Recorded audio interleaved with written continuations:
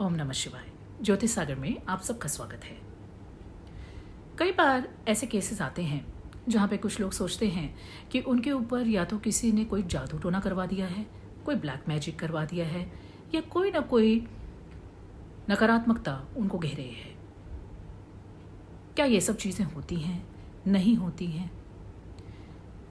ये भी कई बार सवाल हमारे दिल में आता है।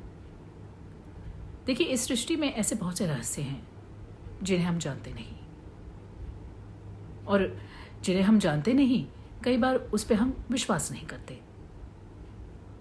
ऐसी बहुत सी सूक्ष्म चीजें हैं जिन्हें हम देख नहीं सकते, मगर उन्हें अनुभव कर सकते हैं। और कुछ लोग ऐसे होते हैं जिन्हें इन बातों का अनुभव ज्यादा होता है।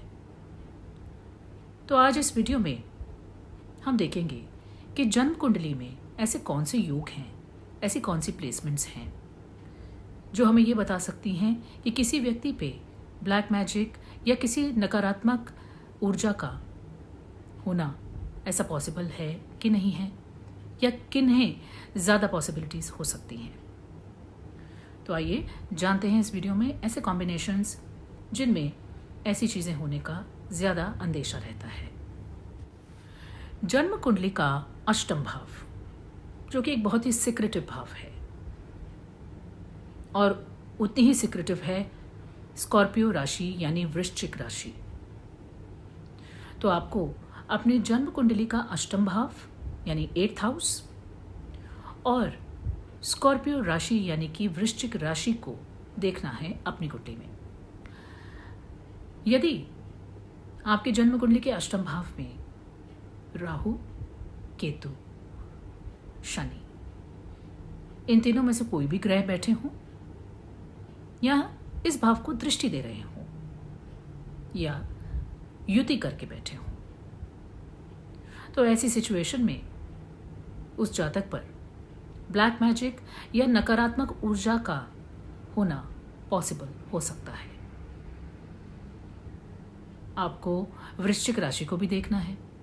यदि वृश्चिक राशि में शनि, राहु, केतु बैठे हैं या दृष्टि दे रहे हैं, तब भी पॉसिबिलिटी बढ़ जाती है। साथ ही साथ आपको अपनी जन्म कुंडली में चंद्रमा और सूर्य को भी चेक करना है। यदि चंद्रमा अपनी नीच की राशि यानी वृश्चिक राशि में है और राहु केतु से संबंध बना रहे हैं, तब भी ये पॉसिबिलिटी बढ़ जाती है। और यदि सूर्य वृश्चिक राशि में है या अपनी नीच की राशि में है, या फिर राहु केतु से ग्रस्त हैं, तब भी ऐसा होना संभव है। साथ ही राहु केतु, जो कि दोनों ही छाया ग्रह हैं, इनकी दशा अंतर्दशा भी हमें चेक करनी है। जब भी किसी जातक की राहु की, केतु की या फिर शनि की दशा होती है या अंतर्दशा होती है, तब भी इन चीजों का आभास होना पॉसिबल होता है। और आभास ही नहीं, बल्कि ऐसी क्रियाओं का आप पर हावी होना भी पॉसिबल होता है। इसलिए खासतौर पे जब भी छाया ग्रह यानी राहु केतु की दशा अंतर्दशा चले या फिर शनि की दशा चले, तो इन चीजों का होना और भी ज्यादा संभव हो जाता है। और चंद्रमा और सूर्य दोनों ही बहुत इंपॉर्टेंट ग्रह बनते हैं हमारी कुंडली में, और जब ये पीड़ित हो जाते हैं इनसे, राहु, केतु, शनि से, तब भी इसके चांसेस बढ़ जाते हैं। और साथ ही साथ ये तो बात हुई दशा, अंतर्दशा और जो प्लैनेटरी पोजीशंस आपकी जन्म कुंडली में है उसके बारे में, मगर साथ ही साथ आपको गोचर में भी चेक करना चाहिए। जब ट्रांजिट में भी इनमें से कोई ग्रह आपके अष्टम भाव से संबंध बनाए, दृष्टि से, युति से, या वहां पर बैठे हों, तभी ये संभावनाएं बढ़ती हैं। देखिए, इस सृष्टि में बहुत कुछ होता है, इसलिए उसे हम टोटली इग्नोर नहीं कर सकते, मगर हाँ, बहुत ज़्यादा हम इन बारे में सोचना भी हमारे लिए ठीक नहीं है।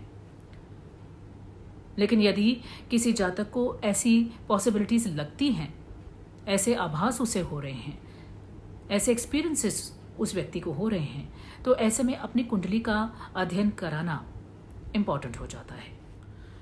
ये कॉम्बिनेशंस हमें ये भी दर्शाते हैं कि या तो इस व्यक्ति पर नकारात्मक ऊर्जा का प्रभाव है, या इस पीरियड में इस पर ये प्रभाव आने की पॉसिबिलिटीज बनेंगी। बल्कि ये भी दर्शाता है कि या तो इस व्यक्ति पे खुद या फिर ये व्यक्ति दूसरों पर ऐसे क्रियाएं करें, यानी कि वो लोग जो कि दूसरों के अहित के लिए इन सब क्रियाओं का इस्तेमाल करते हैं, उनके भी कॉम्बिनेशंस इसी तरीके के होते हैं। देखिए, हर चीज का सकारात्मक और नकारात्मक दोनों ही पहलू होते हैं। यदि एक छुरी सब्जियां या फल काटने के काम आती है, तो उसी छुरी से किसी का हम हत्या भी कर सकते हैं। अब ये हम पर डिपेंड करता है कि हम उस छुरी को किस लिए इस्तेमाल कर रहे हैं। तो यदि तो आप किसी चीज को किसी की भलाई के लिए इस्तेमाल कर रहे हैं तो अच्छे रिजल्ट्स होते हैं। लेकिन यदि आप उस चीज को किसी के अहित के लिए यूज करते हैं तो फिर उसके बैड इफेक्ट्स आपको भी झेलने पड़ते हैं। इसलिए सबसे बेहतर तो यही होता है कि इन सब चीजों में आप ना जाएं, ना तो किसी का अहित सोचें और ना ही किसी का नुकसान करने के बारे में किसी भी तरह की स्कीम करें, क्योंकि आप पर भी उन चीजों का दुष्प्रभाव आ सकता है भविष्य में जाके।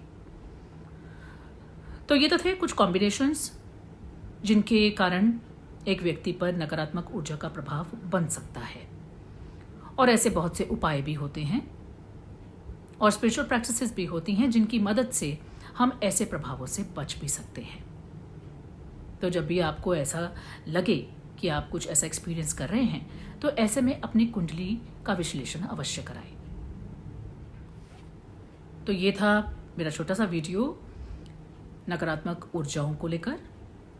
मुझे उम्मीद है आपको इस वीडियो से मदद मिलेगी। लाइक करिए, शेयर करिए, सब्सक्राइब करिए मेरे चैनल को, और मैं आऊंगी लेकर आपके लिए और भी टॉपिक्स। बहुत बहुत धन्यवाद। सर्वसिद्धिरस्तु। ओम नमः शिवाय।